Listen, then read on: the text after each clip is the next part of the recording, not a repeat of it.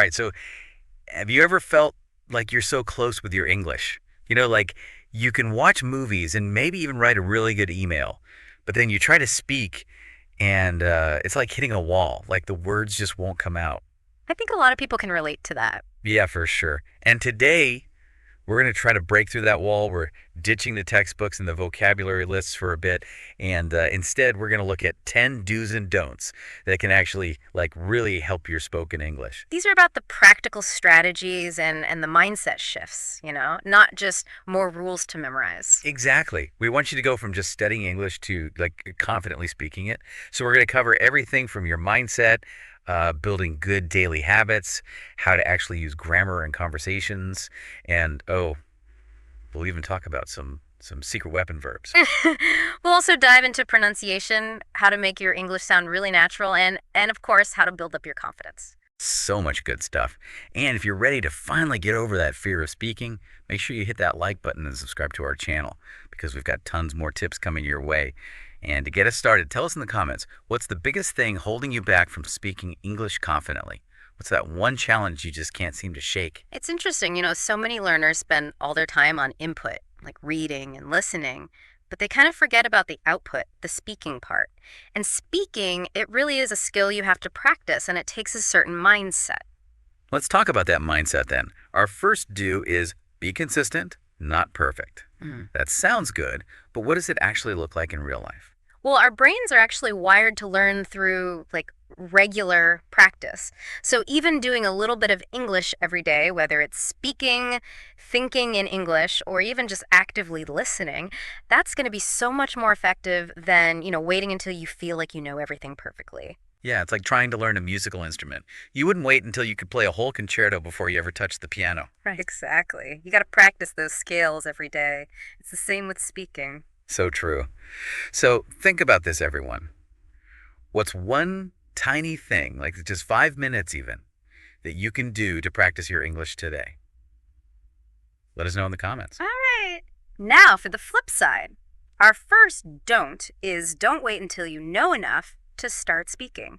I feel like this is such a common trap. It is. So many learners think, I need to learn all these words, all these grammar rules before I can even open my mouth. But that's just not how it works. Right. It's like imagine trying to learn how to swim by reading a book about it. At some point, you got to get in the water. And you know what? Speaking actually helps you learn. It helps you solidify what you already know. It shows you where the gaps are, and it builds your confidence. It's learning by doing. Love that. So everyone, we want you to start speaking now, no matter what level you're at. And tell us in the comments, what is it that makes you hesitant to speak? What are you most afraid of? Now moving on, let's talk about some habits you can build into your day to become more fluent. What's our next do? So this one is about turning your thoughts into action. Our second do is practice thinking in English. Okay, I love that idea, but how do you actually do that? Like, how do you make yourself think in another language? It's all about shifting your internal monologue, the voice in your head, into English. So throughout your day, try to think about what you're doing in English. Don't translate from your native language. Just try to form the thoughts directly in English. Can you give us an example? Sure. Like when you're getting dressed in the morning, instead of thinking, what am I going to wear today? I think, what should I wear today? Maybe the blue shirt. Or when you're at the grocery store, you could think, oh, the line is really long today. Just simple things like that. So basically, you're training your brain to use English automatically without even realizing it. I love that. Exactly. All right, everyone, give it a try. Try thinking in English for a few minutes. What's the first English sentence that pops into your head? Share it in the comments. And now for the don't.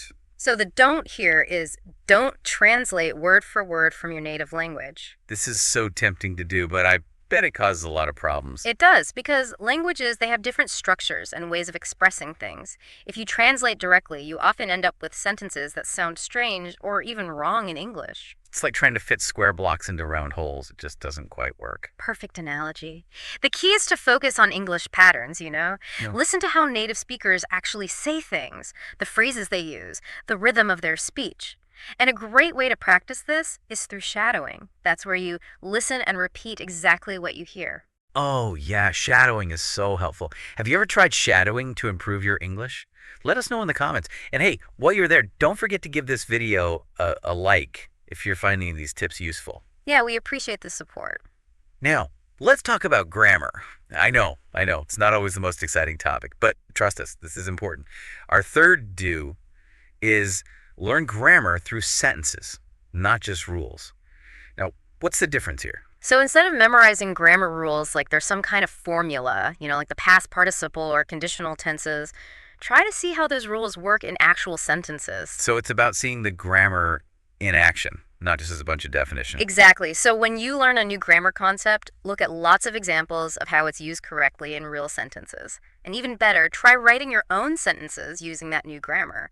Make it relevant to your life. That's a great idea. It helps you understand how the grammar actually works. Yeah. All right, everyone, let's try it. Write a sentence using a grammar point you've been learning and share it in the comments.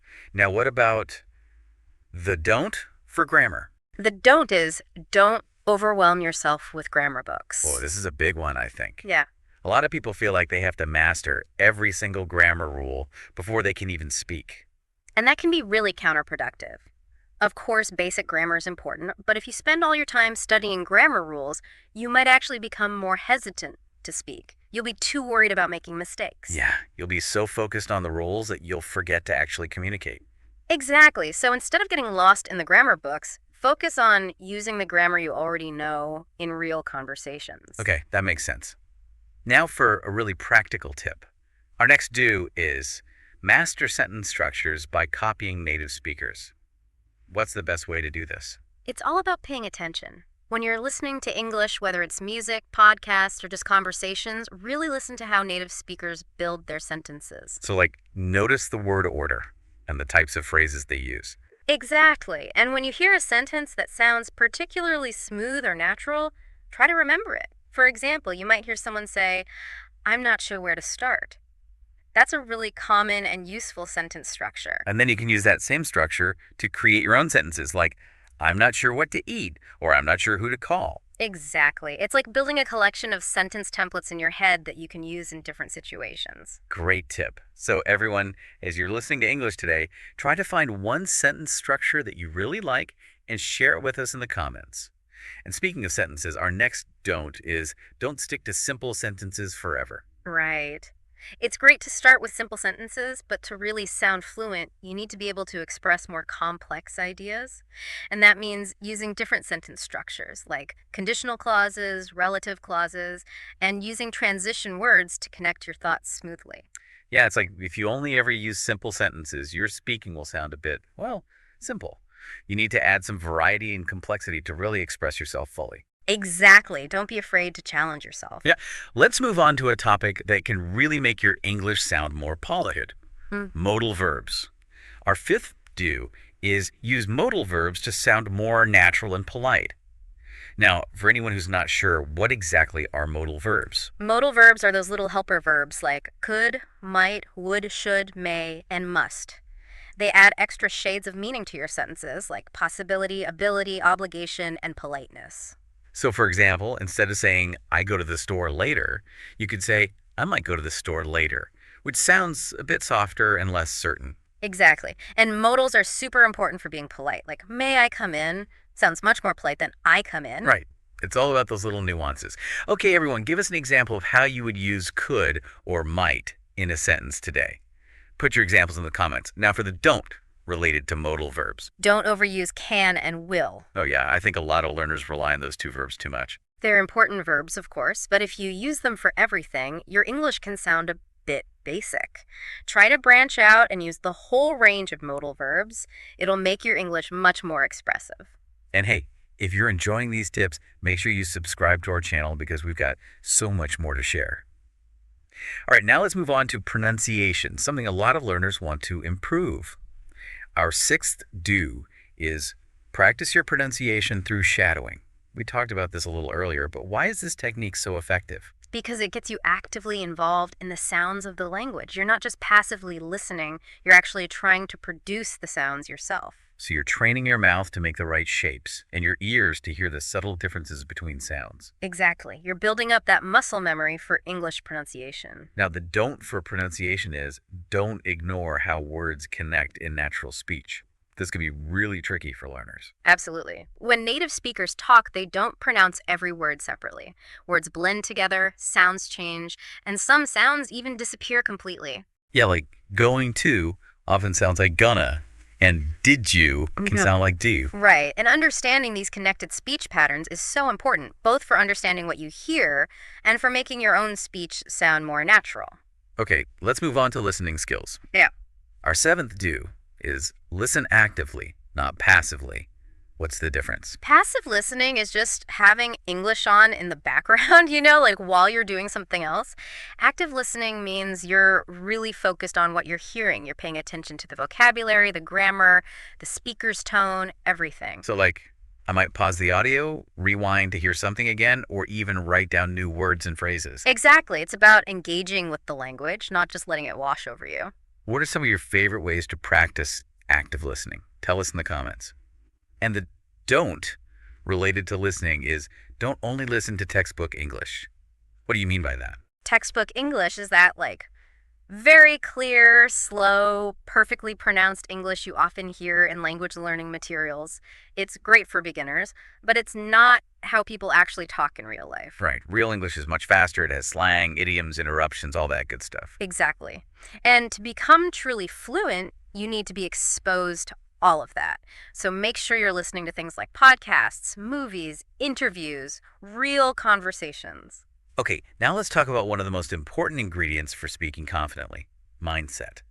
Our eighth do is speak, even if you make mistakes. This is so crucial. Everyone makes mistakes when they're learning a language. It's completely normal. What matters is that you don't let the fear of making mistakes stop you from speaking. It's like learning to ride a bike. You're going to fall a few times, but that's okay. You get back up and keep practicing. Exactly. The more you speak, the more comfortable you become, and the fewer mistakes you'll make over time. So true. So, what's one small speaking goal you can set for yourself this week? Something realistic, even if you're a little nervous. Share it with us in the comments.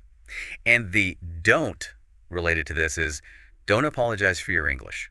So many learners do this, They start a conversation with, sorry, my English is bad, but it's actually not helpful. It can actually make you feel less confident. Exactly. Instead, focus on the fact that you're learning, you're trying, and you're communicating. That's something to be proud of. Absolutely.